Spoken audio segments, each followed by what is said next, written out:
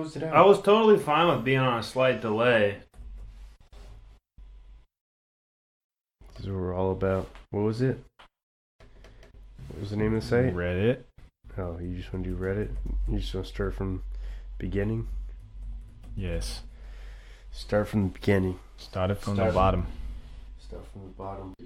Grandma streams. They're usually pretty good. Good old grandma. Right. World Series boobs. I mean, I feel like that's enough. That's what it says there.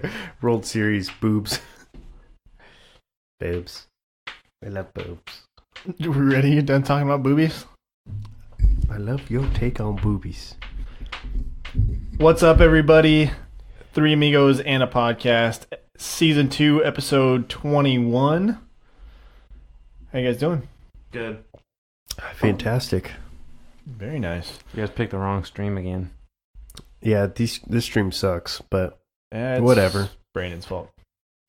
Everyone listening, we're recording on a Wednesday this week, because Brandon's got some serious trick-or-treating to do tomorrow, apparently. That's right. Nice, yeah, he's like, can't do it on Halloween. Bobbing for apples and, drinking cider. I don't know. I'm just making up. Cider's like a Christmas thing. Is it? I don't know. It sounds like a Halloween thing. I think bobbing for cider or bobbing for apples is a Halloween thing, but that's like cider is it's like a fall winter thing. I think bobbing for apples is like a festival thing. Well, that's what you do. It's a Halloween festival, man. You're not not really going to a keep those Halloween out there. festival tomorrow? No, I've never been to a Halloween festival. Why not? You're missing out. 'Cause I don't live in the Midwest. I don't know. The only kind of festival thing I go to is the Del Mar Fair. Well, I haven't been to that in a few years either. Yeah. You haven't been in a couple of years? That's Remember been that at year we least got the bracelets, or we got the year pass or the season pass, No. and then we never went together. Yeah. That happened. Your mom got them for us. Yeah. I remember that. That was cool. That was cool. I went twice that year, which was one time more than I normally go. That I'd want to go. It's a one-time thing, to be honest. It is. It's not that big. Yeah. But yeah, everyone. So we're watching on Wednesday. We're watching the World Series Game 7. Currently, I think the 7th inning, bottom of the 7th. Nationals up 3-2. Yeah. So I guess we'll Howie just Kendrick's a freaking god. that guy's a freaking clutch for sure. Yeah. Yeah, that grand slam in the Divisional ALCS or ALDS Yep. or NLDS. Basically sorry. knocked out the Dodgers. Yeah. And now Plays World hero Series. again. Boom.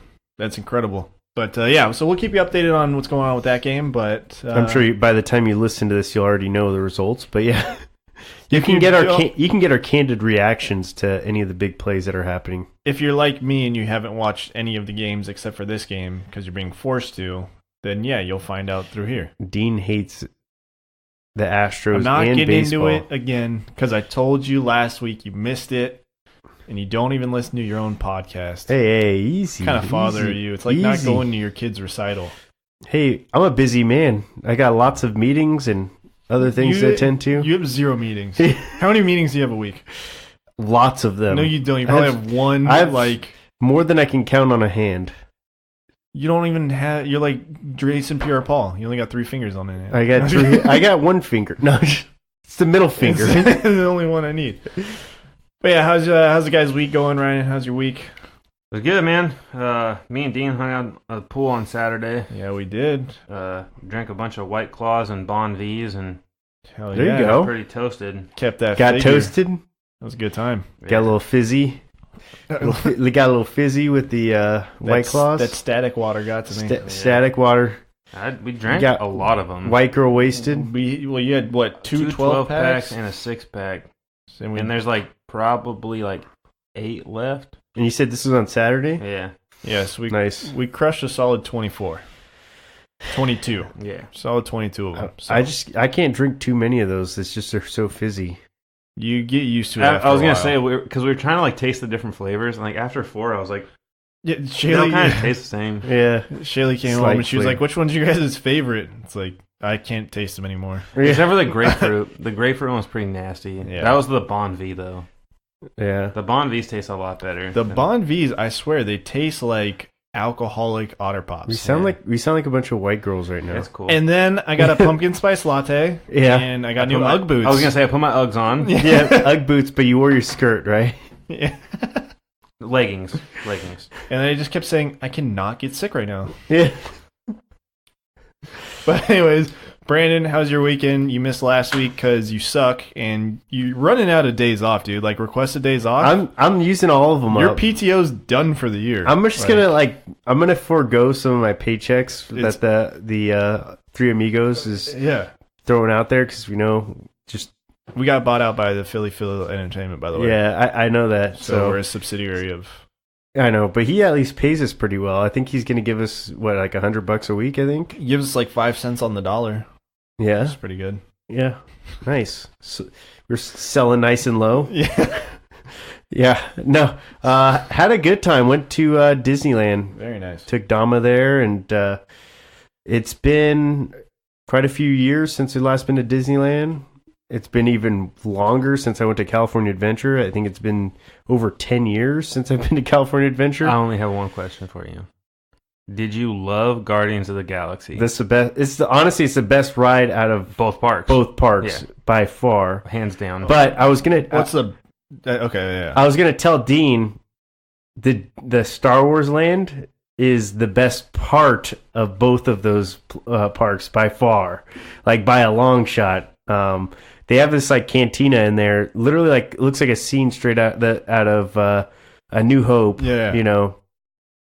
They only do a 2-drink maximum, which should be more than enough considering the prices on their drinks. But honestly, it was the highlight of the trip. I think it was like probably the coolest thing we did. How was the Millennium Falcon ride?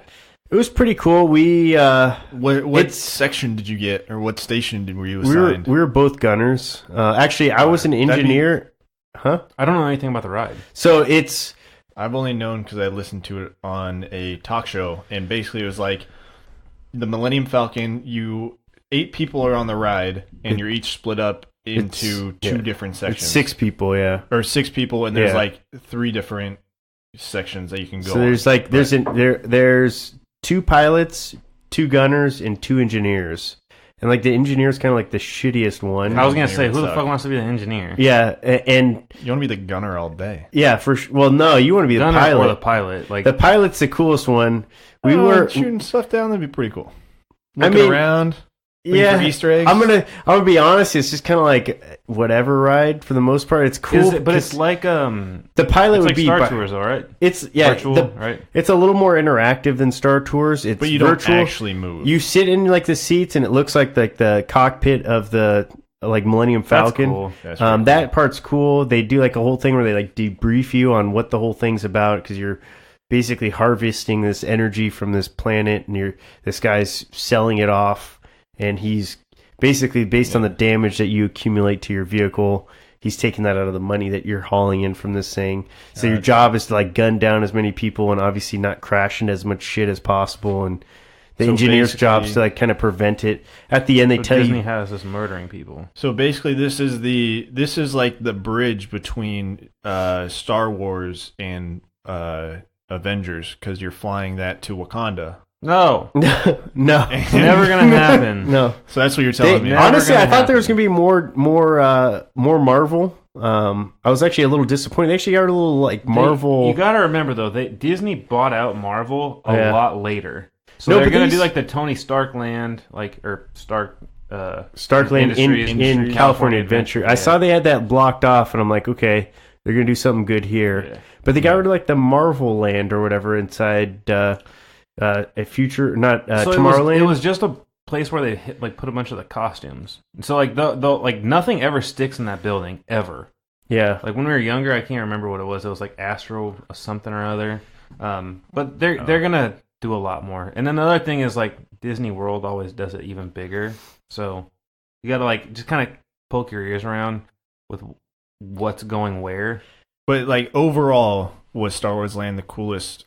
It's thing at Disneyland. It's the coolest thing by far out of both places. I'm pretty pumped, but the best ride is what you said. It's definitely the Guardians. How many times you go on it? No, so I wanted to go on it multiple times, but their fast pass thing was jacked up, Oh, and so they were going on 70-minute waits, and I'm like, nah, fuck that. yeah, I'm You good. fast pass it, and like you gotta make sure you do it. You're like, don't put this helmet on. Well, no, we got lucky because we fast passed the second we got into the park, and the second we got into the park, the fast passes were working. But when we went to redeem ours, there's a bunch of people standing around the fast pass. Like, why isn't the fast pass working? That max pass thing is dope though. Besides that, huh? Oh, it definitely works. I mean, it's the only way to do it. Yeah, Disneyland would be basically useless if you didn't use the max pass. You'd be standing in line for like an hour. The best thing, so for both parks, like the first. Okay, well, I'll start with Disneyland. We were able to fucking go on all the big rides in like the first like hour and a half. So we were able to do like Millennium Falcon, Indiana Jones, Space Mountain, Thunder Mountain. I don't know. I can't think all of of them. Yeah, basically all the super Indiana big. Jones is just like so all the classic. big. Pretty much the only ride that we didn't do that was a big wait was Haunted Mansion because we wanted to wait till nighttime to do it. Yeah. You know, it wouldn't be the same doing it during the day. And then in California Adventure, it was even better. I think we finished all the big rides in the first hour. You guys went to California Adventure the first day, right? Second day. Why? Because you got to get toasted at California Adventure. That way you can stay overnight. Well, we still had drinks at California Adventure. What a move! That's the goal, man. That's a move. There's just way more to do at there is. at Disneyland For sure. And we were pretty much. The second day, we were freaking burnt. Yeah. Both days, it was 97 degrees. Did you go to the Ballast Point in downtown Disney? No, we didn't go there, but we did have Ballast Point inside Disneyland, Okay. Or in California Adventure. But then we went to like this, like there's like a club that goes down to the water. They had like some lobster nachos. Yeah. That shit's bomb. Yeah. The damn it. It's on the pier. Yeah, the Lamplight Lounge. Yeah, I think that's what it was. Went there. Those lobster and nachos are bomb. Lobster nachos. The drinks are pretty freaking good too. Oh yeah, that Lamplight Lounge, because it used to be called something else when we went there, but the drinks are the same. You get toasted off those things. Those were good drinks. It was just so hot though that we left at like 4:00 on the California Adventure Day, which they closed the park at 6 anyways. So. Oh, there you go. Yes. We were freaking wiped though, because the day before at Disneyland, we were all day, and I remember feeling so tired. We went to it was like Pure Burger or some weird shit. Yeah, place looks good. Yeah, we went there, and I remember just being like, I'm so hungry and tired right now, and we ate. Like, kind of revived me a little bit, but I remember just being wiped. I'm like.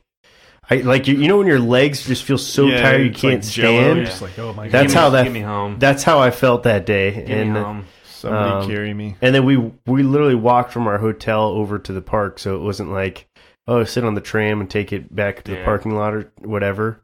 Our hotel was close enough, but it was still like a mile walk or something like that. Well, everything's a mile away from there, so at least. Yeah, it was a good time. Had a good time, and definitely like. Better than your last time. Yeah, last time it was just miserable. You got to go during the midweek. It's just too crazy there. 3-hour waits are just I can't do that. You're not having fun there. Yeah, you're not having fun. And you're spending a shit ton of money to not have fun. And you're out in the hot sun. Yeah, nobody wants to. I hate waiting in lines. But, that left a really bad taste in my mouth, and this kind of cleansed it a little bit. Perfect. Very nice. Well, yeah, it sounds like you had a good time. And like Ryan said, hung out this weekend with him. Drank some White Claws, went to a neighbor's costume party. Then Sunday, installed some of my closets, worked around the house, and just kind of, did your thing. Did my thing. So it was pretty cool. But anyways, we'll start off this podcast. Ryan, you wanted to go into NCAA. Yeah, man. What you got? So, there's a lot of stuff going on with NCAA right now. If you look, they're talking about, players getting paid and... That is coaches' salaries and all these kind of things because now it's public information. I think Dabo Swinney makes $10 million or something like that. Yeah. One of the biggest arguments though that's been coming up, we see some of these games where you get the fluff games at the beginning of the year, the non-conference games because nobody ever wants to play Alabama or Clemson, schools like that.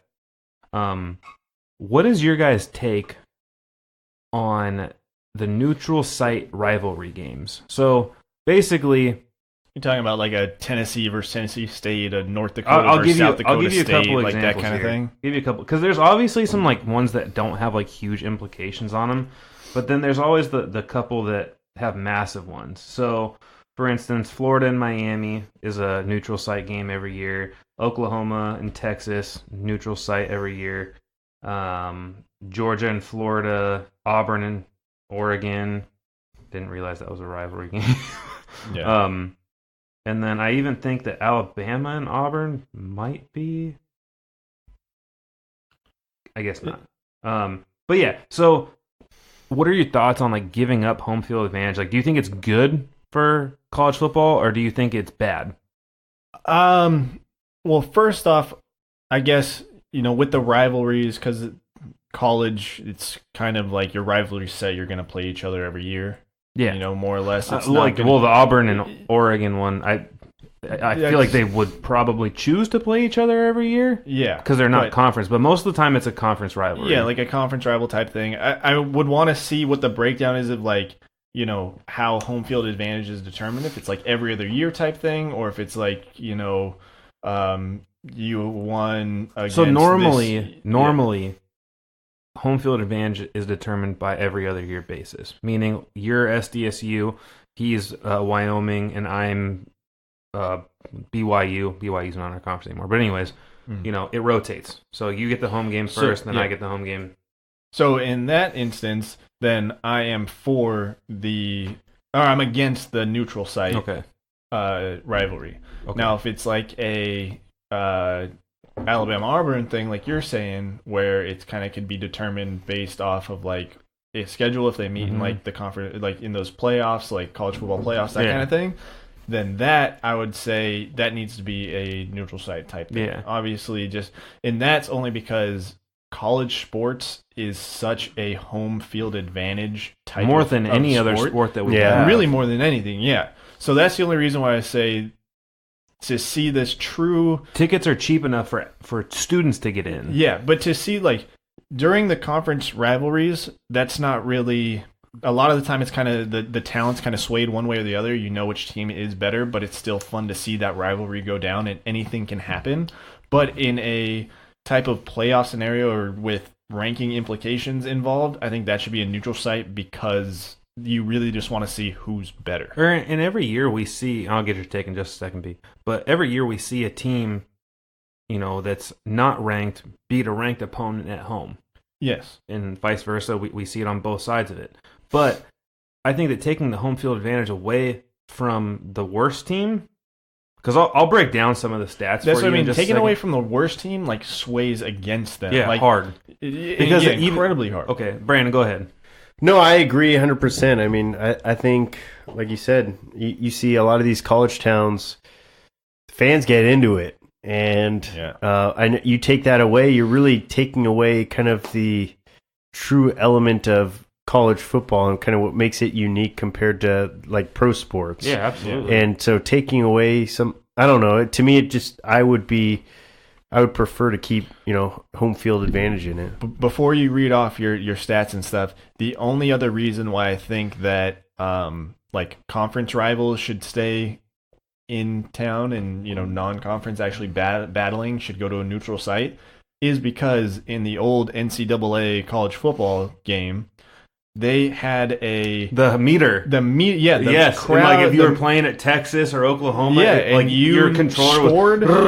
You score before the half at home. Your, what do they call that? Like home field advantage or your sway or whatever they call it, completely goes to your side through the roof, and you're like. Everything's calm and mellow. The fans shut up. And then all of a sudden you start getting lucky. Like the kick returner fumbles the ball, you get another turnover. Like little things like that. Absolutely. That it's like it shows how much of a mind game it is. If they start paying these freaking athletes though, that game better come back. Oh, 100%. Dude, that was the best game. That game was always better than Madden. And it's funny because for sure coming back. Everyone says that too. Yeah. Everyone's like, that was the best game.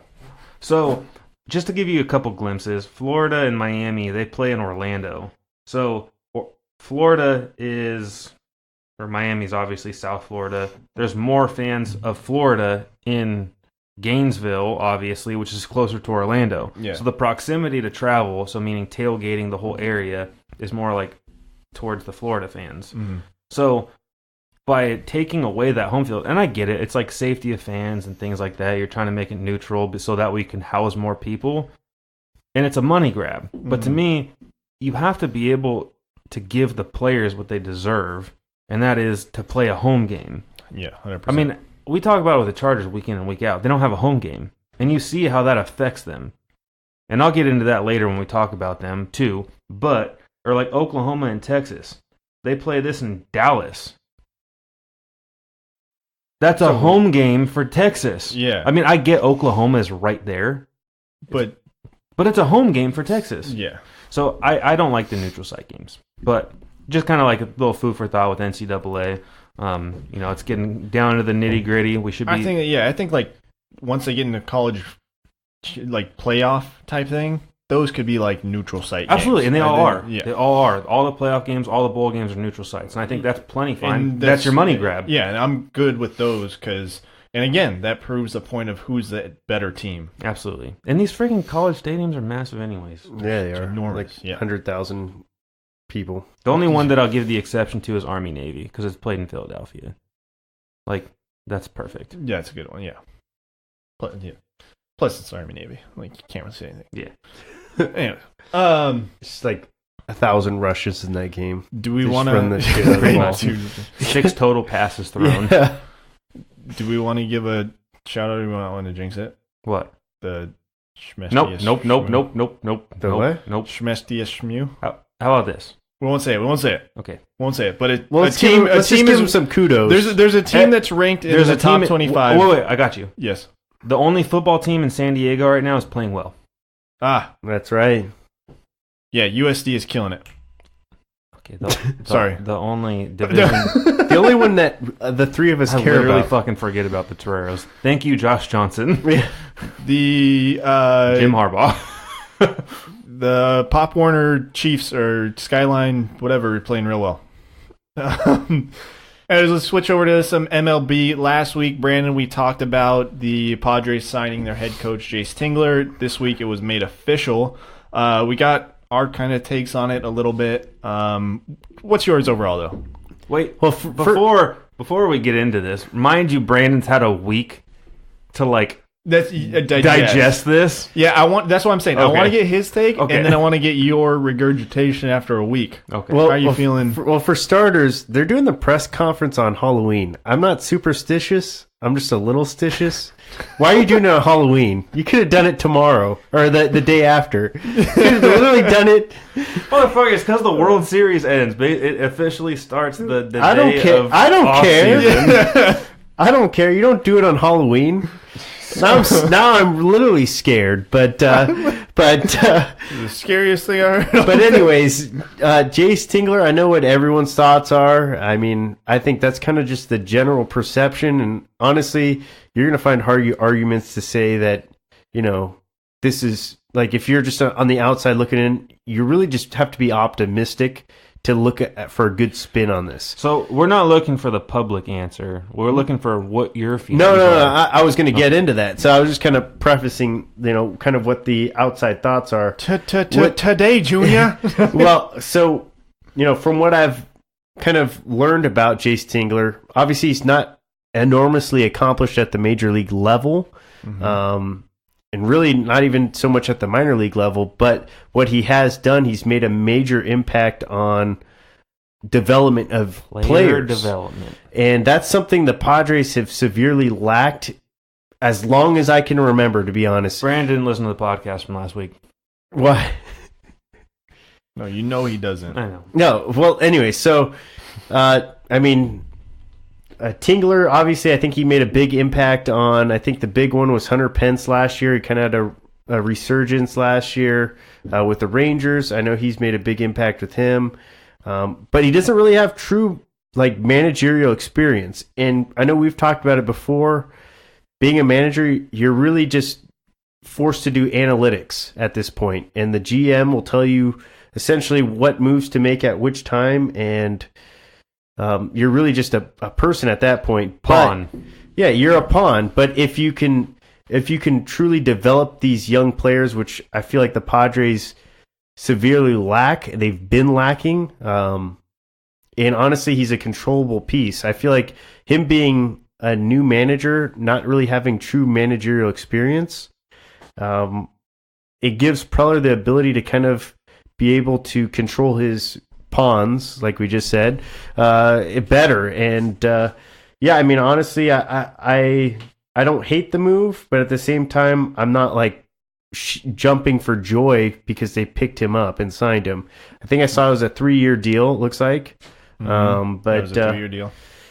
Yeah, I mean, I'm hoping for the best. I know I know you like you said you didn't listen to the podcast last week, but basically you're kind of saying the exact same thing that we were saying, in the sense of him being a controllable piece, and Preller has a guy that he's comfortable with. A week out, Ryan, how you feeling on it? Same way.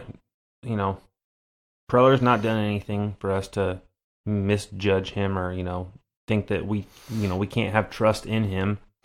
But, this boils down to, like I said last week, this is Preller's last opportunity. This is it. If you get fired from the job with the Padres, there's not a lot of job opportunities out there for you as failing with one of the, lower end organizations in baseball. So that was prime too. So if he prime for success. If he's looking at his job and this is the guy that he has the most trust in, then I'm all for it.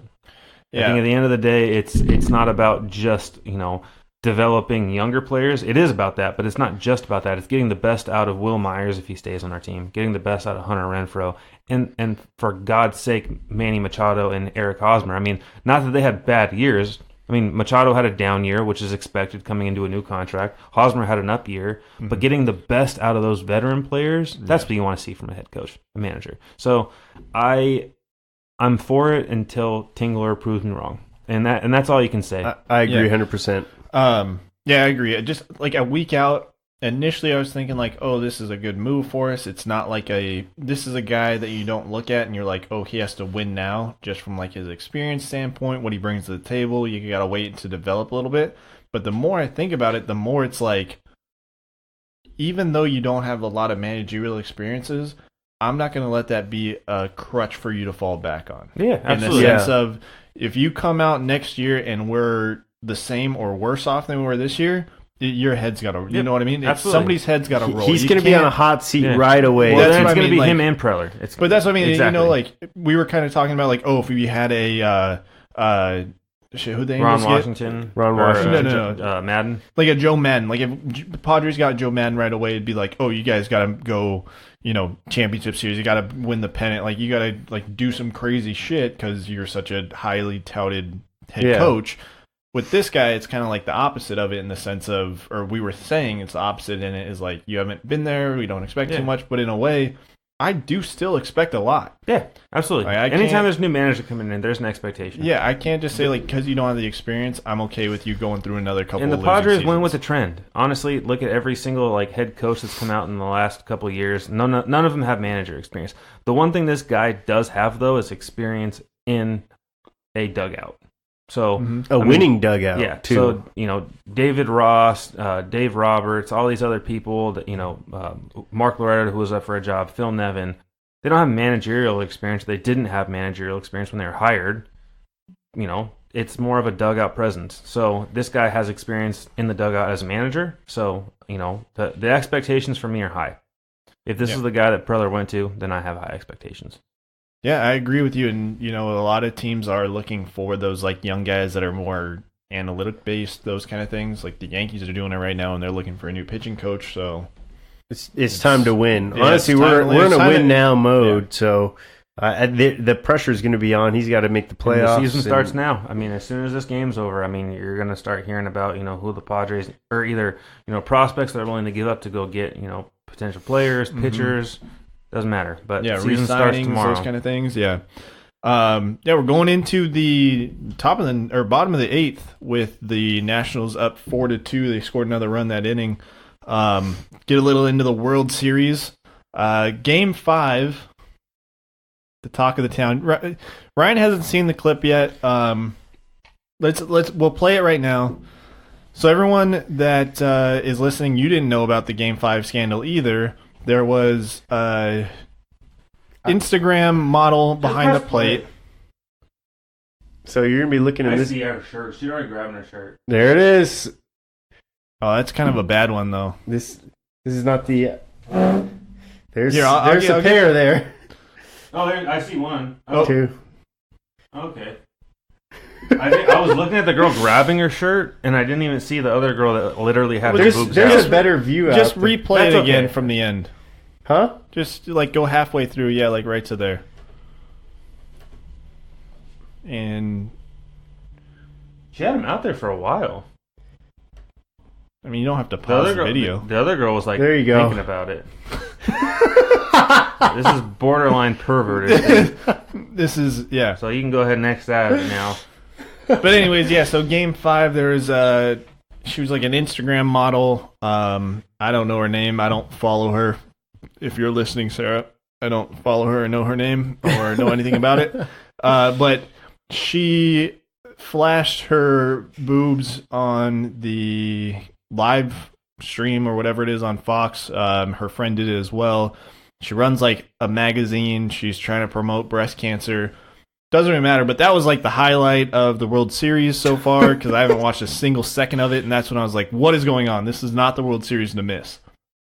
They got banned for life from the All of baseball. all baseball too. Yeah. As a result, but Yeah, which Yeah. was a little bit crazy. And then game 6, we had more drama. Brandon, if you want to play the other clip, which one? the other tab. There we go. Yeah, Ryan, did you see this one? I've yet to see this one. So this is the Trey Turner clip.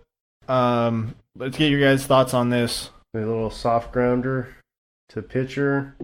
Hits his glove, and he was called out on that play. Whoa, no, that seemed a little. Yeah. So what do you guys' takes on this? It was a terrible call by the umpire. So Yeah. it came down to a judgment call, and it's Yeah. not anything. So first and foremost, it's a non-reviewable play. So Well, this they was did all- review it. but it was a moot point because it came down to the judgment. So It's just right there, right there. That's directly over the bag. There's So- nothing Trey Turner can do to avoid that ball. Trey Turner, he did nothing wrong. It came down to the fact that in this instance, the umpire called it what it was, and it had to stick. There wasn't a challengeable play. And So then in this what were instant, they challenging then? They were just reviewing it for the sake of the coach arguing the play. So there's no like They couldn't them change the reviewing call. it. Them reviewing it means nothing. It literally meant nothing. So then why didn't they just come out and say that? Why did they waste 5 minutes of this game? Because to the coach was pretend going they're- batshit crazy, as he should have been. Yeah, but But- let him go crazy and then toss him instead of doing this 5-minute review thing. Well, it's and the then World going Series, and everybody's mid-inning. watching it. And I will say It's he's confusing inside. if they're saying that. at this point, he's inside, and that's exactly where the judgment came in because But where he even finishes. still, he can still run down that path. He just has to stay inside of the green. Like he has to stay inside. You're absolutely right. But he was I'm on the saying, green for a little If bit. you rewind it, go ahead Yeah. and rewind it for me real quick. When he's running down the baseline, he's definitely closer to the green. And so if you see the umpire, he jumps out onto the line, and you can kind of tell that's where the judgment came into play. So see, he's like touching. He's on some of the grass right there. See, he's But picking even up- still, he's allowed to be there. He's allowed to be there, just as if he hit a double and he's outside of the of the coaching box square. Like a lot of those guys take that turn and they're outside of that line. So in the real spectrum of this, it's a World Series, so it's obviously going to be heavily scrutinized. Yeah. I don't blame the umpire for calling it the way that he did because I can see it. I mean, I can see where he saw the runner was like too far inside of the baseline. But when you break the film down and you look at it, he wasn't. He was running a straight line and he ended up exactly where he was supposed to be. My only thing is like, okay, let's say he's running inside the baseline originally and he's on the grass originally.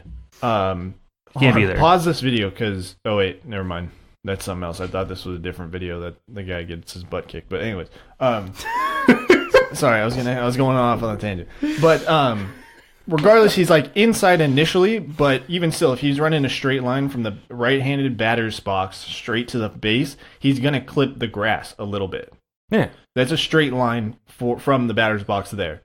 So that's one of those things where it's like, okay, maybe your judgment call initially is he's outside of the baseline, but Where the call for me took a turn is where Gurriel catches the ball and then loses his glove. That's not a runner slapping his glove out of his hand or the ball out of his hand, which I think the judgment call That was should have never, taken. but that part was never in question.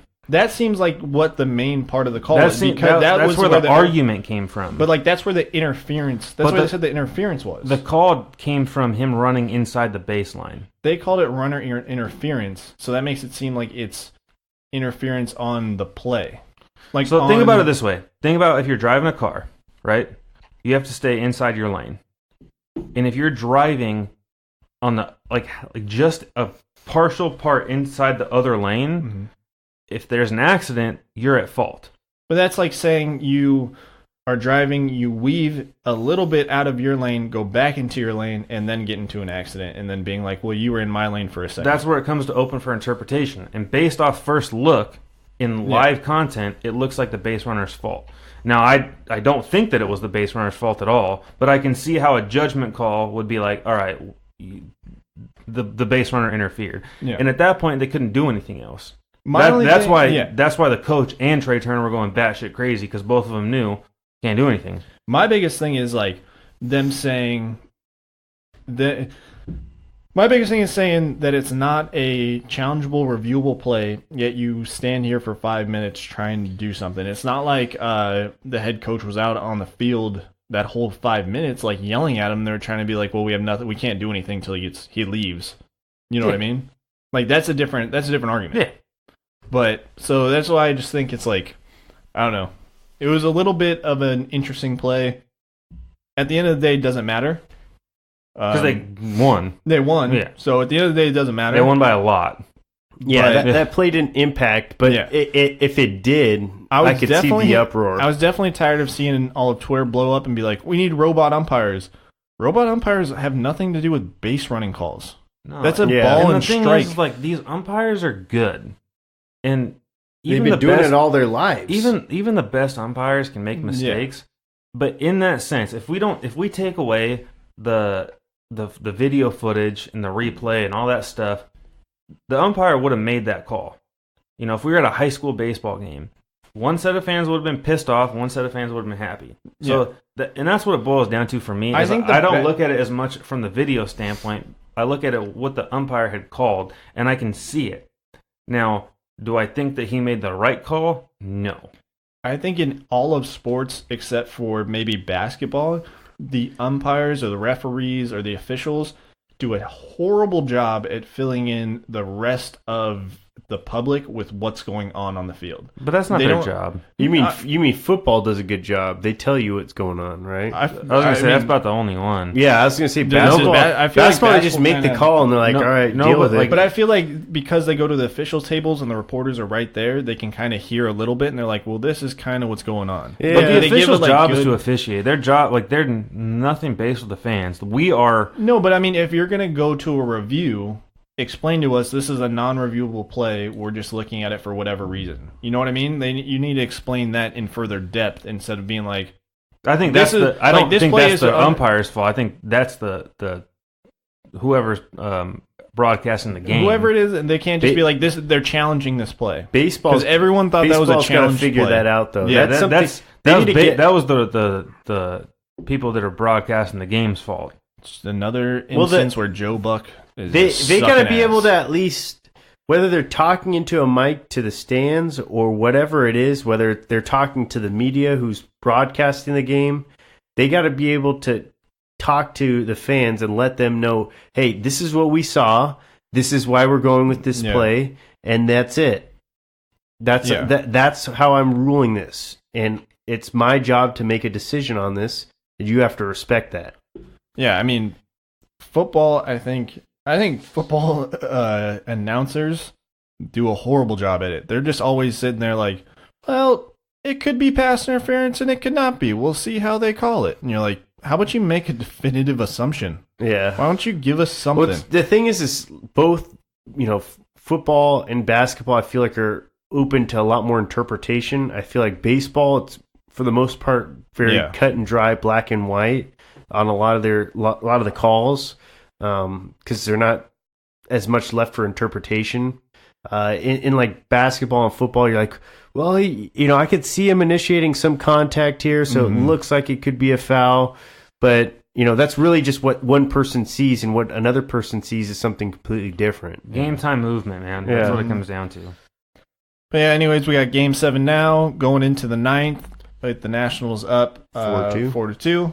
So, first keep that. That'll be their first ever, won't it? Yep. Let's not jinx it right now. We'll just keep it low, and we won't mention any other random statistics that are going on with that game. But let's move into the NFL. We had the trade deadline. A lot of talks going into the trade deadline. Ended up being the biggest tease ever. We kind of just had two major trades. Kenyon Drake going to the Cardinals, and I sent you guys that weird thing going on with them, how it was technically like their original 5th-round pick that they got back, which was cool. Told us about that. That's funny. It's like a round robin type thing for the Cardinals. And then we have Aqib Talib with the most disrespectful trade I've ever seen, with the Dolphins basically paying the Rams to take him. No, he's Rams paying, the Rams Dolphins. paying the Dolphins. It was like an extra $8,000 or something like that in a way of them. And we talked last week. We had the Mohamed Sanu move, and we had the Emmanuel Sanders move. Yeah. Those were like the only two beneficial trades that we really saw. Ultimately, this Kenyon Drake trade makes zero sense. I understand that Edmonds is hurt and David Johnson's is hurt, but neither of them are out for a significant period of time. It's more day to day, week to week. This seemed like a fantasy move for the Cardinals. They're like, oh man, who are we going to start this week in our flex? What are we going to do? Oh, let's go ahead and trade for this guy. Well, the thing is I don't think the Cardinals are giving up hope on the playoffs right now. They're 3-4-1. They're still technically it just gives them another weapon to utilize. I understand it, but to me, it was just like. It also makes me think that there's something more going on with each one of these injuries. I think they're both pretty messed up because right before Chase Edmonds, we're going to give Chase Edmonds a lot more carries. Mm-hmm. Edmonds gets hurt, oh shit. Well, we don't feel comfortable with David Johnson getting a good bulk of carries. Edmonds is going to be out a couple weeks.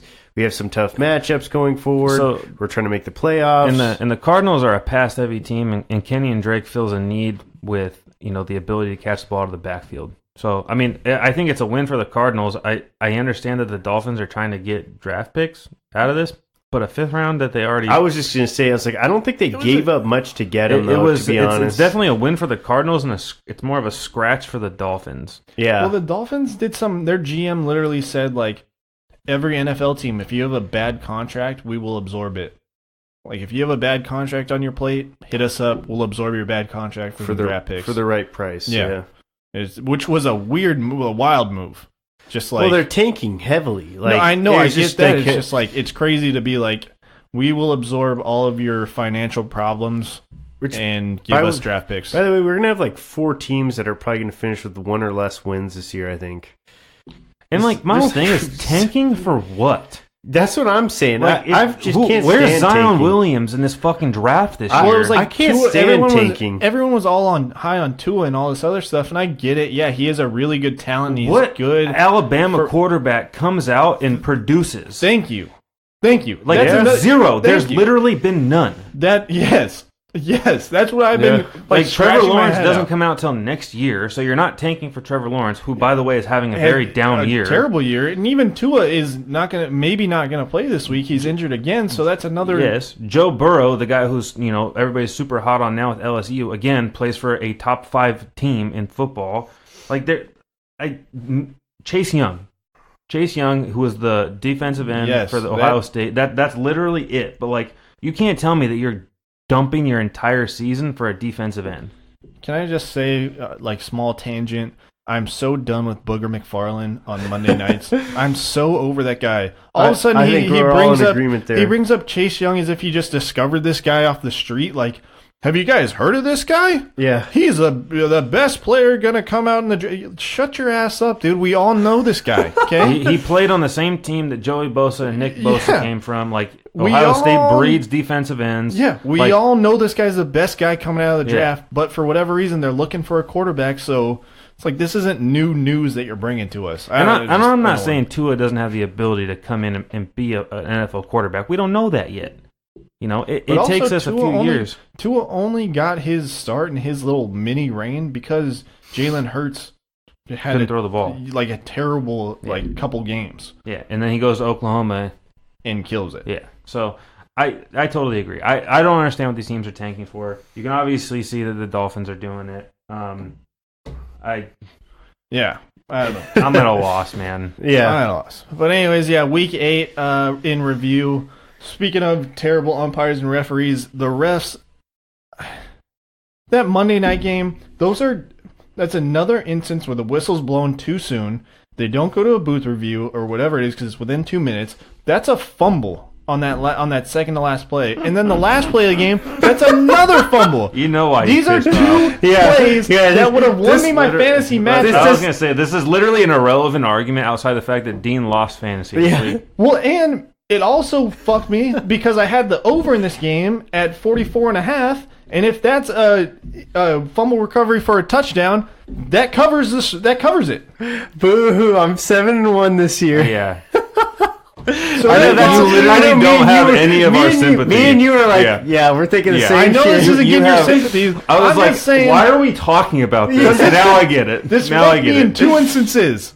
2 instances, this fucked me over. So you know what? I'm done. Yeah. All right. Well, anyways, Dean, you've won 3 more games than you were supposed to win this year. I won 5 more games than I was supposed to win. 5 more? Yeah. I thought you were supposed to win 3 this year. 2. I was supposed to win 2. Or maybe it was 3. Whatever. Quiet down over there. Let's get into the rest of Let's it. pipe it down. Then also, we have some veteran quarterbacks that have been benched. Andy Dalton got benched, and they told him on his birthday, so that's like the worst birthday present in the world. I think that's enormously disrespectful. So disrespectful. It's the Bengals, though. What do you expect? I know, but still, I mean, honestly, Dalton's been their franchise QB for quite some time. Yeah. You could have waited a day to bench him, and if you it's not like it's the reason the team doesn't suck because Andy Dalton's playing bad. The team sucks because they suck. I was going to say you put him out there with this god awful offensive line without AJ Green, and you expect him to do what? I know it's what you bring in a new coach who you think is going to be the second coming of Sean McVay, and he's done nothing. So, what did Andy Dalton do wrong? If they would have benched him last year, different conversation. That makes sense. This year, no. What for? What? So you can watch Ryan Finley go out there and throw the ball around. What the fuck is that going to do? Second coming of Ryan Lindley. Yeah. You can't tell me you didn't see that name and that name didn't come across your mind. No, the only thing that gets me is that this dude went to NC State, so he's worked with Phillip Rivers, so he might be all right. I'm trying to find the stats on Andy Dalton because it's not even like he's been having that bad of a year. No, he hasn't been having a great year. He's got nine touchdowns, 8 interceptions. I mean, that says middle of the road. He's got a QBR of 38. It's not.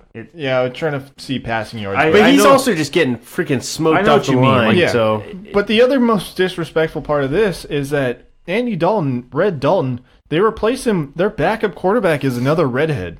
So you're telling me you're just going to try to every ginger's the same? I feel very attacked as being a redheaded man. They've been trying myself. to place the blame on Andy Dalton forever, man. Whether it was AJ McCarron or it's just disrespectful. I forgot. That's who I was trying to remember. I was like, who did they used to have? Then Joe Flacco is also benched this week, but that's because of herniated disc in his neck or something like that, and basically it's because he talks back. Sounds like his feelings were hurt too a little bit. That he keeps throwing interceptions and getting sacked. And there was one more, but I can't remember who the last one was. He likes holding on to the ball a little too long, too. He does. Another big news, we had the Bosa brothers, Joey and Nick Bosa, winning the Defensive Players of the Week for the AFC and NFC, which was extremely impressive. The brothers just had a huge week. The Watt brothers had another big week, too. All of them. They had 5 sacks combined, 4 tackles for loss with an interception sprinkled in there by Nick Bosa. I mean, I've been saying it since Joey Bosa was in college. This dude is amazing, and that bloodline is thick. Mm-hmm. The 49ers nailed it right on the head. I mean, can't blame him. He was really the only option there for him, and he's proving to be not just a successful number 1 overall pick, but he's proving to be relentless in his ability to improve week after week. So, I mean, congratulations to them.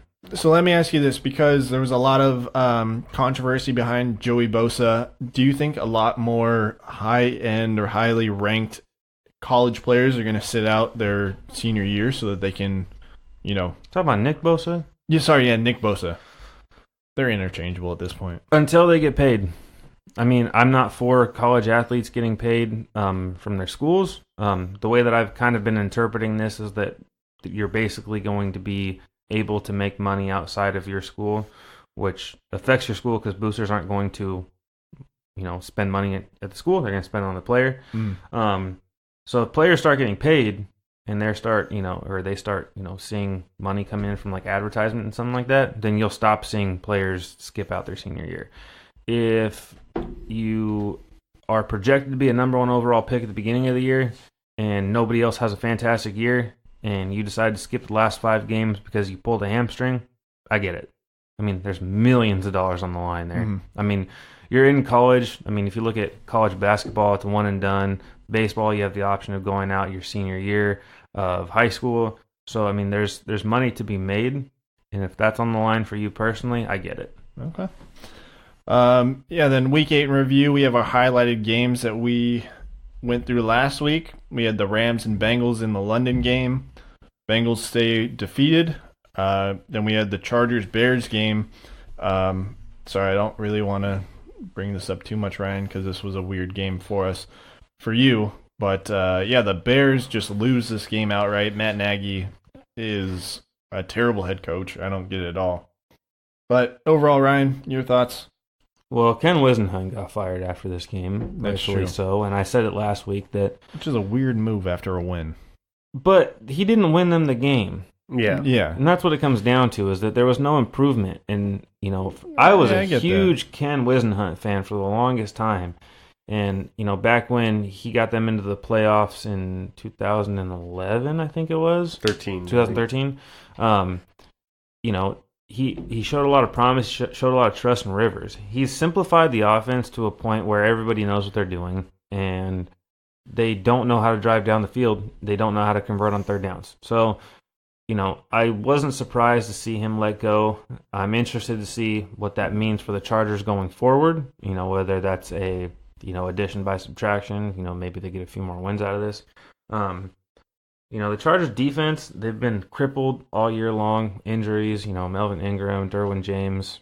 It's been tough to watch. But they've been showing up, especially in the red zone, primarily in goal line situations. Oh, shit. And they've been keeping them in games. That's scoring 2. Nationals got this, man. You better. 6-2 now, top of the 9th. So, yeah, I mean, I understand the move, and I think that the Chargers, they won by the skin of their teeth. At the end of the day, it's not about how you won, it's about winning games. And they stole this game from the Bears, in my opinion. I did not think that the Bears would look that bad offensively. A lot of their goal line play calls, man, they ran like a screen on 3rd and goal, just not having any faith in their running game. And the Chargers don't have a dominant run defense. So to me, it just seemed like a lack of trust in, basically their running backs and too much trust in Trubisky. Yeah, I agree. And I feel so bad for Bears fans. I mean, it was a tough time when we were Chargers fans and we were watching them go through their, cycle of trying to find a kicker that can make a playoff field goal. And the Bears, man, I would not be able to watch another field goal. No. Yeah. That was terrible. It's like that video of the fat kid who was Love that, didn't you? Lost his shit. Lost it. Then we had the 49ers and the Panthers, with the 49ers staying undefeated. I picked the Panthers to win this game, and God, they did not. They did not. Kyle Allen showed why he's a backup quarterback. I feel bad because I feel like Kyle Allen's getting like the short end of the stick. Everyone's like, "Oh, we thought Kyle Allen was going to be the guy," and now this game proved that he's like a backup against quarterback. a really good defense. A really good defense, and Probably the second best defense in the league right now. when they're down, like you're down, what do you have to do? You have to force the ball deep. You have to force passes in there. And yeah, he threw in 3 interceptions in this game, but you can't really expect a whole lot from him after that. The Panthers, in my opinion, are so easy to game plan for. They don't have a deep game at all. At all, and that was the only reason why I'm like, Kyle Allen's getting the short end of the stick here. I still think he can bounce back, and I still think he can be a dominant quarterback. This was just a shit game to write off. I think Kyle Allen's talented, and I think he would have the ability to be a quarterback on another team. I think that the Panthers' offense is heavily weighted on the fact that Cam Newton can move. Mm-hmm. And instead of being, 2nd and 10, it's, 2nd and 3 because he, turned nothing into 7 yards. I think that's what Cam Newton brings when Cam Newton is healthy. So if he's not healthy, then the Panthers are going to continue to struggle. Because if you shut down Christian McCaffrey, you shut down their entire offense. Yeah, I agree. Then we had the Texans and the Raiders. Texans pulled this one out. This was kind of like a dud game for me as well. I don't know if you guys thought this was an interesting one. I thought it was a good game. Raiders have been playing good football. Yeah. I mean, they've been getting the short end of the stick, but they've been playing good football. Still not a huge fan of Derek Carr. I think that he needs to learn how to win games in the fourth quarter outside of protecting a lead. Mm-hmm. Those last touchdowns or field goals really help pressure the other team into either scoring a touchdown or not. So still not seeing enough from him, but I think that the Raiders overall are playing some good football. Yeah, then we had the Bucks and the Titans. It was kind of a, I don't know. For me, this was an interesting game. It was a real test to Ryan Tannehill to see if he could get it done a second week in a row. Gets it done against the Buccaneers. Jameis Winston. Just I don't know. Can you name a time in NFL history where you had a number 1 and number 2 overall pick that have just been that shitty?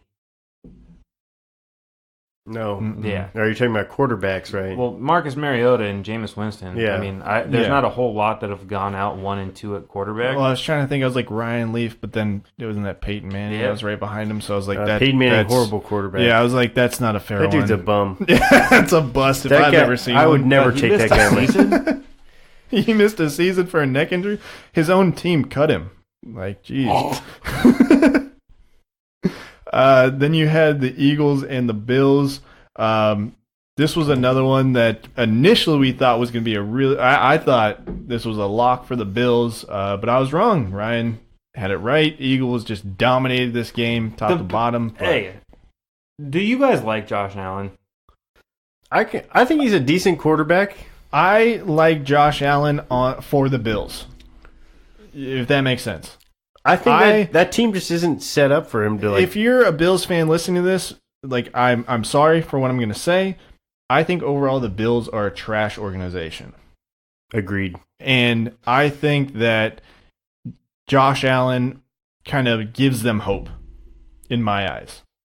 That's the only thing. So Josh Allen sucks. He hates Josh Allen. There's no you cannot take fantasy football all right, outside of this. Let me put it this way. I think Josh Allen is a better Sam Darnold. No fucking way. That's what I think. There's not a chance in hell. Josh Allen, okay. Do you rather have Sam He's Darnold? a Pop Warner quarterback. You'd have Sam Darnold. 1,000% of the time. No way. Dude, this guy's winning games, though. You can't take that away from him. He's not winning games. Well, he's on. His team's won games. Tell me the same fucking thing about Eli Manning or Joe Flacco. I mean, they're not great quarterbacks, but they're still winning Tim games. Tebow lost a job for winning games. This dude literally reminds me exactly of Tim Tebow. He's just not he's not a guy I'm going to yeah, he's a great quarterback. He's just like a guy I'm like, okay, you could do worse. It's not like fourth quarter, I'm putting the ball in Rodgers' hand and putting the ball in Brady's hand. Yeah. It's like, that's exactly where I'm at. It's more or less like, all right, game's on the line. He can't Josh win it. Allen could do something. No. Yeah, that's how I see it. He either throws an interception on third down, Like, look at it. Look at his like interception to touchdown pass ratio. That's what I'm saying. If you take away his ability to run the ball, he cannot drive down the field in the fourth quarter and win you a game. He can't. It's not in his repertoire. He's a really good college quarterback, and that's all he has. I mean, that's why he's good for the Bills. I don't know. Like, I feel like he's just whatever. I don't know. I'm not like totally in love with the dude, but I think he gets it done. decent. I don't think that he's he's a worse decent than. player. I don't think he's worse than Blake Bortles, but He was definitely not worse than Blake Bortles. but I think that he also doesn't drive a Tesla If like it- Blake Bortles, though. Blake Bortles driving the Tesla. the Yeah, thing that is man's rich. that it's going to be increasingly easy to game plan against Josh Allen. He can't throw the ball down the field. He relies way too much on his legs. It's the same, like, take Lamar Jackson, for instance. Now, Lamar Jackson has the ability to throw the ball down the field, but with not much accuracy. But when all else fails, he has the ability to extend plays more than Josh Allen. So, Yeah. with the less athletic ability but the same talent, it's nothing there. Like I said, it's borderline Tebow-ish. All right, I'm going to put a name out there and don't bite my head off for it, but I'm just going to tell you somebody that he reminds me of. He reminds me of Matt Stafford. Like, Nah, Stafford's way better. Come on. I know he's way better, but I'm just saying this is a guy that I think about and I'm in like the same ballpark as Matt Stafford of like, you are quietly going to get it done. No, That's how I think of it. Matt Stafford has never gotten it done. But he's still gotten it Poor done. Stafford. But he's still gotten I it feel like done. those are both teams that just organizationally don't get it done Stafford for is their seriously player. one of the best arms in football. For sure. Josh Allen is borderline bottom 5.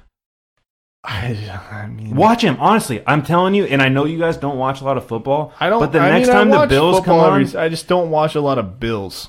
Yeah, I don't. The Bills. next time they play against they're a not team a that highlight you're reel interested team. in They're watching, like they're a gritty team. They get the job done. Hey, I will say they're going to be a playoff team this year, though. Probably. I mean, records don't lie. They should be. That's where I'm at with him. That's- I'm not going to shit on a guy who's on a team that's winning. Like, Yeah. it's just that's where I'm at with him. Motherfuckers, you guys did the same thing to me with Blake Bortles. He got his team to an AFC Well, he was championship. hating on Bortles. I defended him a little bit. He got his team to an AFC championship game, and then the next year, Well, his Done. defense got him to the. But the how are the Bills winning? not solely through defense. He's They're making giving up the their third defense less, is stacked for football sure. game or points per game. But it's not like they're getting a lot of turnovers. They're not. Yeah, they are.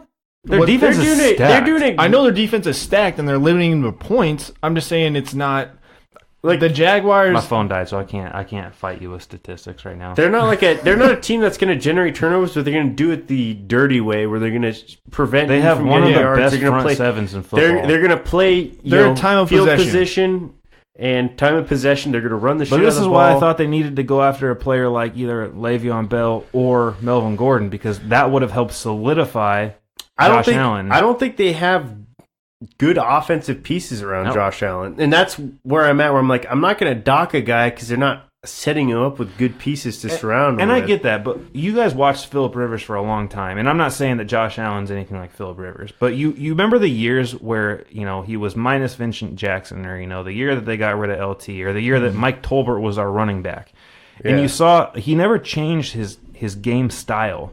It always flowed the exact same way. Yeah. With Josh Allen, even if you put a player like, let's just say, Julio Jones or Odell Beckham, can you trust that he's going to get them the ball?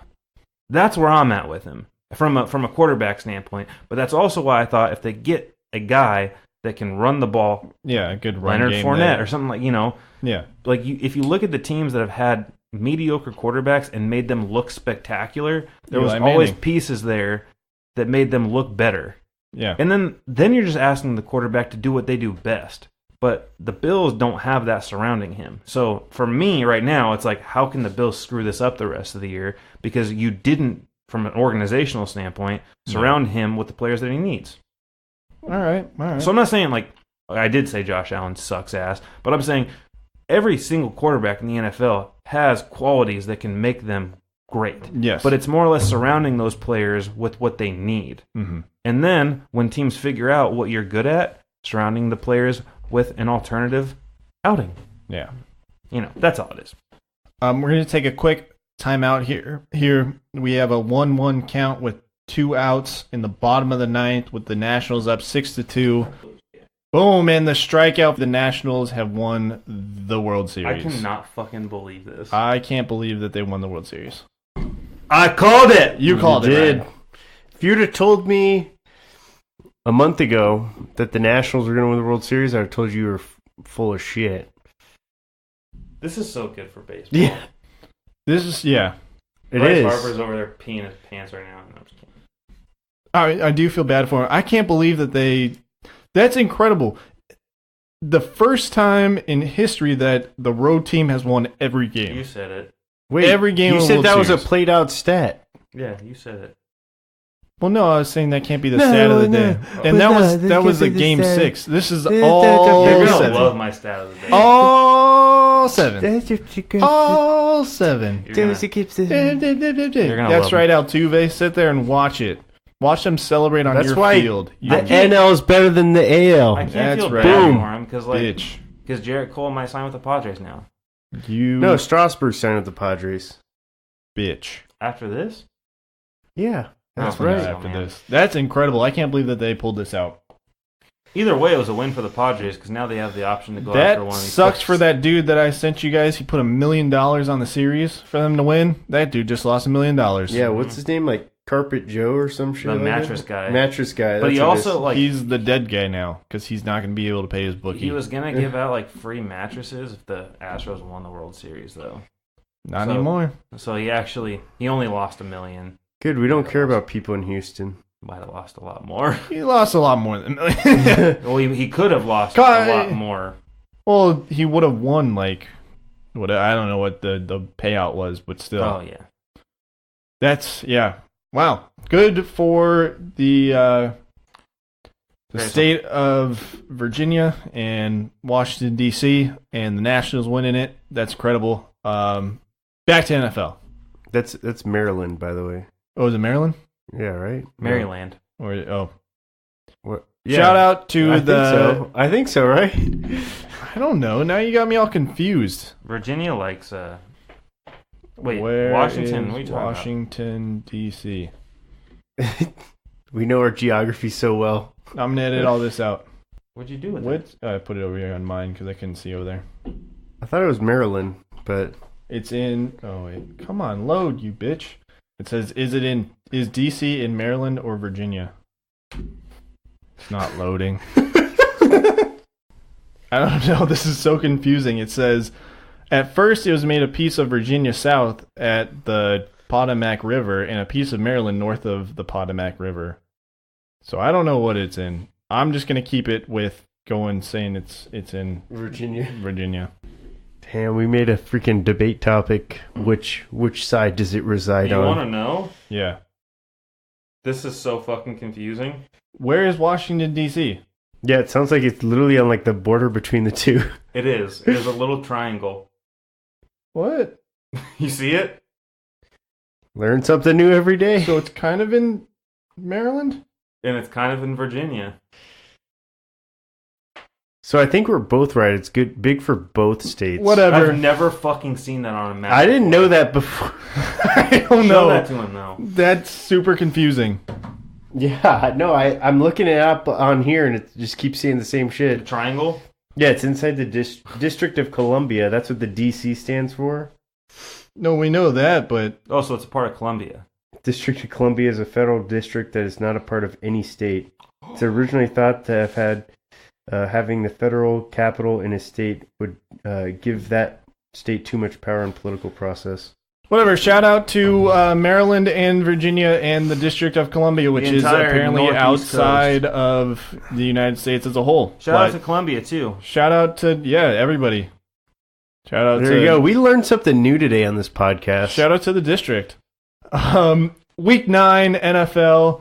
Some games to look forward to. Texans and Jaguars. I mean, Big division implication there. We'll see, man. Hopefully Deshaun Watson's eye feels a little bit better and he can. Yeah, this was a tough Rally the one troops. because the Texans lost J.J. Watt last week with a torn pectoral. That's a huge hit on the defense. Whitney Merciless, I mean, he's kind of losing a step just with age alone, so we'll see who steps up big on that defense. Then we got the Vikings and the Chiefs. Mahomes out another week. It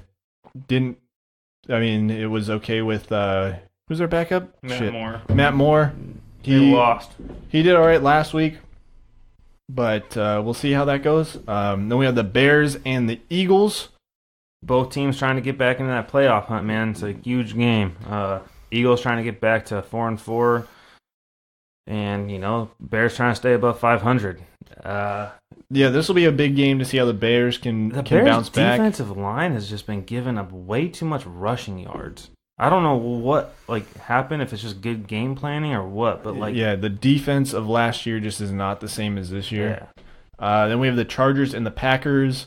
We'll see what the Chargers can do without their offensive coordinator. We'll see how Anthony Lynn does. Aaron Rodgers is still rolling.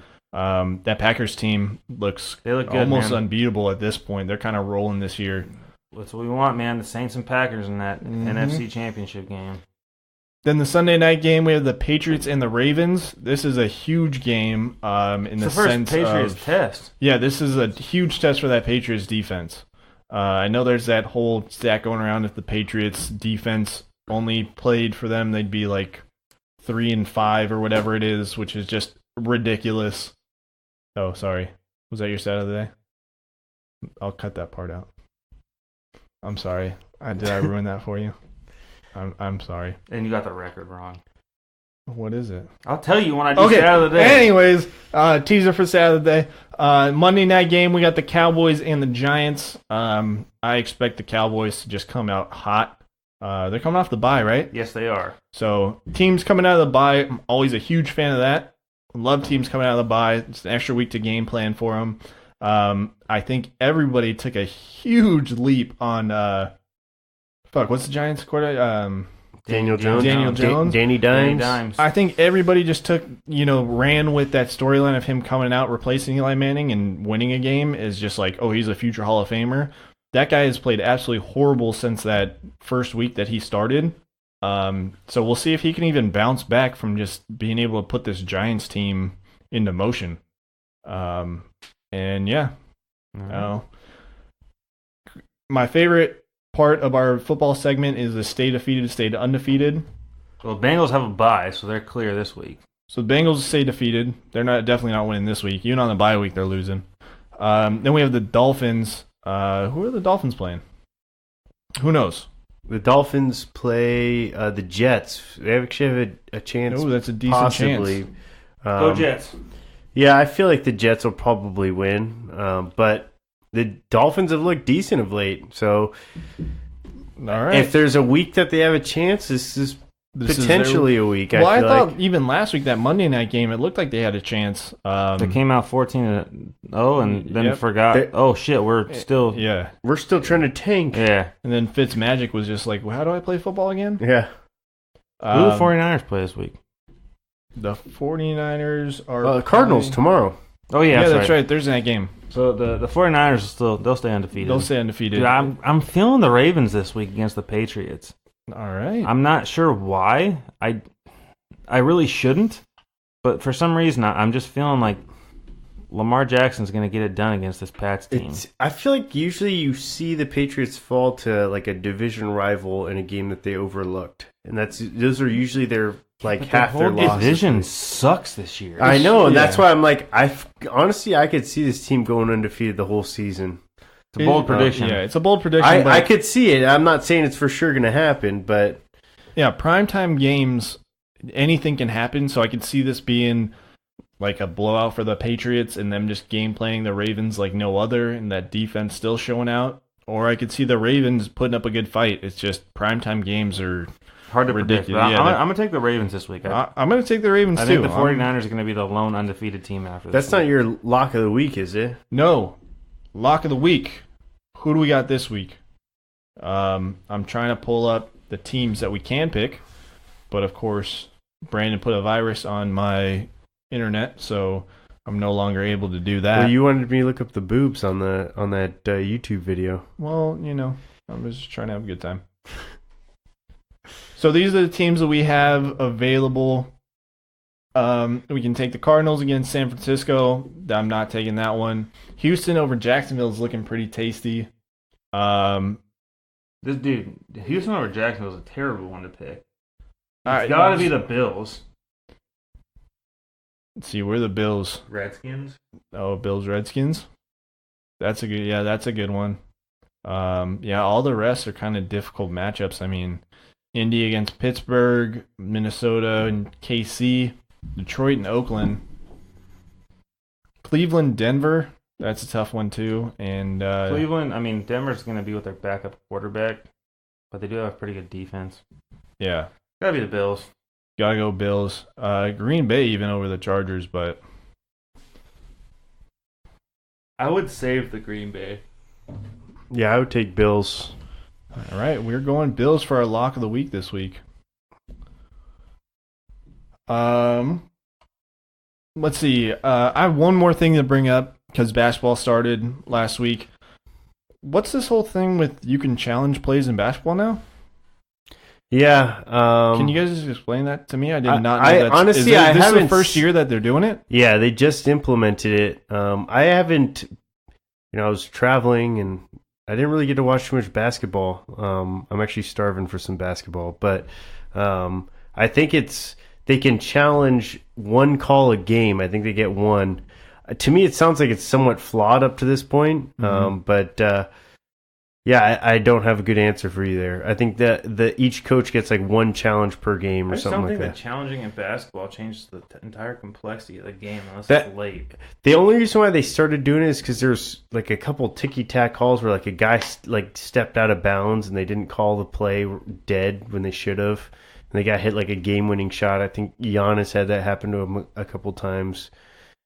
It's just like this, like with football where they changed the pass interference for review, and one play they just like, all right, well They overreacted to it. yeah, they overreact to it. I don't know if it's gonna stick. I don't think it will, but I mean, your commissioner's not doing a good job if he's not trying to like experiment a little bit. Try some new shit Yeah. out. All right, I was just curious. I just saw it for the first time and it was weird. And then in the NHL, Andrei Shvechnikov scores the Michigan goal, which is like it's the first time ever in NHL. There's this Michigan player that gets the puck on his stick and kind of throws it like a lacrosse style into the goal. And he was the first NHL player to do it. It's just a really cool looking goal. But yeah. Anyways, Ryan, stat of the day. All right. So, my stat of the day, I'm going to the NFL, which Dean kind of already blew. What? But, He blew it on the outtakes. so Ooh. What? if you take away every offensive touchdown that the Patriots have scored this year, they would still have a record of 3-2-2. What? Damn, that's pretty impressive though. 3-2-2. That's Yeah. pretty. Yeah. That's just from defense. Just from defense. Field goals, that's what I mean, like offensive touchdowns. Okay. Yeah. But I saw a stat that's where it was if the Patriots, if every opponent of the Patriots would be better off just snapping and spiking the ball every play than actually running plays against that defense right now. Your brother already said that last week. Did he? Yep. Well, it's still freaking dominant. Just He said speaks their if dominance. they spiked every play, then they would have a better QBR Yeah. than the Dolphins. So, I don't Something know. like that. Something like that. But Well- even still, it's just that's so dominant. Like fourth in fantasy points Overall, over quarterbacks. over everybody Like, is crazy. They're playing out of their mind, which is surprising because they've had so many struggles over the past couple of years, whether it be their linebacking core, their DBs and safeties. It's like they kind of always had a weakness, Yeah. and now, it's just strong as ever. yeah, It's honestly, they're literally might be the best defense in the history of the game. it was a curse of Matt Patricia. They're just playing on such a dominant level, and I know they're playing against bad competition too, but still, Best defense of all time is a really tough statement when you think about. Well, statistically, right now they're in the discussion, and that's all I'm trying to say. I'm not saying they are. I'm just saying they're in the discussion from a statistical standpoint. I just mean from the halfway point in the year, when you're talking about like one of the best defenses of all time, and you do look at strength of schedule, they've played every single bad team almost twice. And that's what I said, too. They Yeah. were playing bad teams. But I'm saying up to this point, they're playing at a historic level, is what I'm saying. I mean, even though they're playing bad teams, you can't knock them for not putting it down. No, Yeah. no, absolutely. Like they're playing outside their mind. And I think that's just it, though, is that they're good.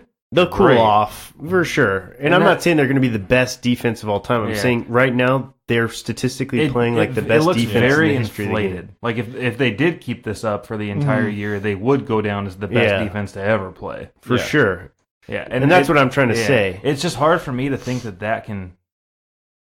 It's not sustainable. That definitely isn't sustainable. But like at the end of the year, to have the conversation, just when you look at their pieces and you look at the amount of teams in their division, like they played against the Jets twice, who were on their third string quarterback. They played against the Dolphins, who are fucking terrible. But then you look at what they do, like a team like the Browns, who actually has decent players that they're running out there. It'll be a lot easier to gauge, like the longer we get, like after this week, for instance. If they go out there and they, shut down the Ravens, there will be a serious conversation about whether or not this is like the best defense ever played. Yeah, if they're legit or not. Yeah, and I'm totally willing to say that if they go out and 10 points and a few turnovers and get some sacks, like that, they would be in this discussion for the best.